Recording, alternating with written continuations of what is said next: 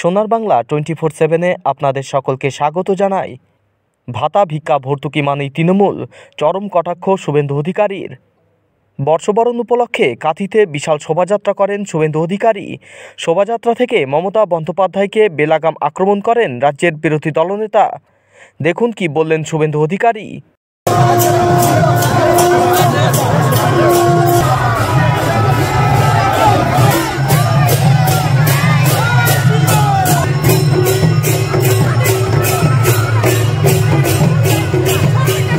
তৃণমূল কংগ্রেসের রাজনৈতিক স্থান নিয়ে তোড়জোড়।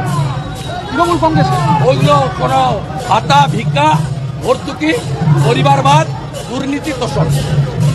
তৃণমূলের এজেন্ডা মানে হচ্ছে ভাতা ভিক্ষা ভর্তুকি। তৃণমূলের ম্যানিফেস্টো মানে পরিবারবাদ দুর্নীতি আর তোষণ দুষ্টিকরণ। আজকে পয়লা বৈশাখ শুভ নববর্ষ, রাজ্যবাসীকে কি বলবেন?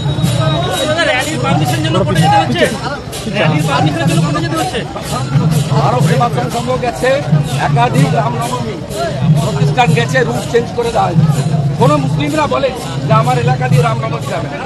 বিশ্বনবী দিবসের মিছিল গেছে, কে বাধা দিয়ে? নতুন বছরের এই ঈদ গেল, কে কোথায় বাধা দিয়ে? মমতা ব্যানার্জির উস্কানি। মুসলিমদের তেজপাতা করে রেখেছে, কোন শিক্ষা স্বাস্থ্য কর্মসংস্থান দেয়নি। উল্টো দিকে এই করে বিভাজনের প্রাচীর তৈরি করছে। আর মমতা ব্যানার্জির শাসনের ফল হচ্ছে মুর্শিদাবাদ জেলায় কালকে চড়কের ভক্তরা আক্রান্ত হয়েছে সন্ধ্যের পরে।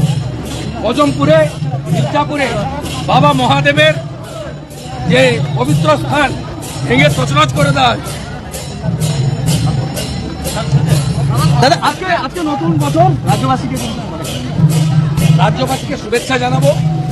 বাংলা বাঙালির সংস্কৃতি, ভারতীয় সংস্কৃতি, এটাকে যেন কেউ না ভুলিয়ে দিবে। জয় শ্রীরাম। আজকে আমাদের হালখাতা হবে, জয় শ্রীরাম। গণেশের পুজো হবে, মিষ্টিমুখ হবে এবং সবাই মঙ্গল কামনা করে পুজো দেবো।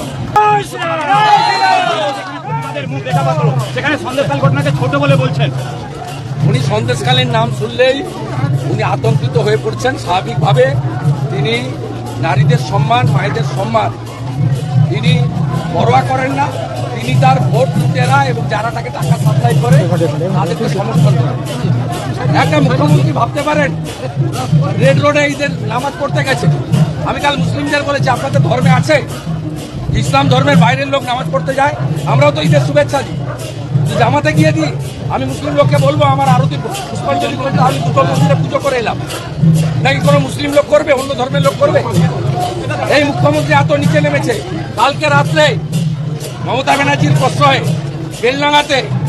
বেলডাঙ্গাতে ধর্মীয় প্রতিষ্ঠান ভাঙা হয়েছে, গাজনের ভক্তদের মারা হয়েছে। সম্পূর্ণ এলাকায় ইন্টারনেট বন্ধ করে 144 ধারা রাত্রে জারি করেছে। বেলডাঙ্গার মির্জাপুর, মজেমপুর, শক্তিপুরের কামনগর বিস্তীর্ণ এলাকায় পশ্চিমবাংলায় ভারতীয়রা তাদের উদ্বাস্তু হতে হচ্ছে, ধর্ম পালনের অধিকার কেড়ে নিচ্ছে।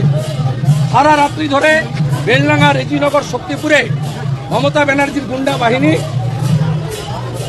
একাধিক ধর্মীয় প্রতিষ্ঠানে হামলা করেছে। শক্তিশালী নেতা থাকলে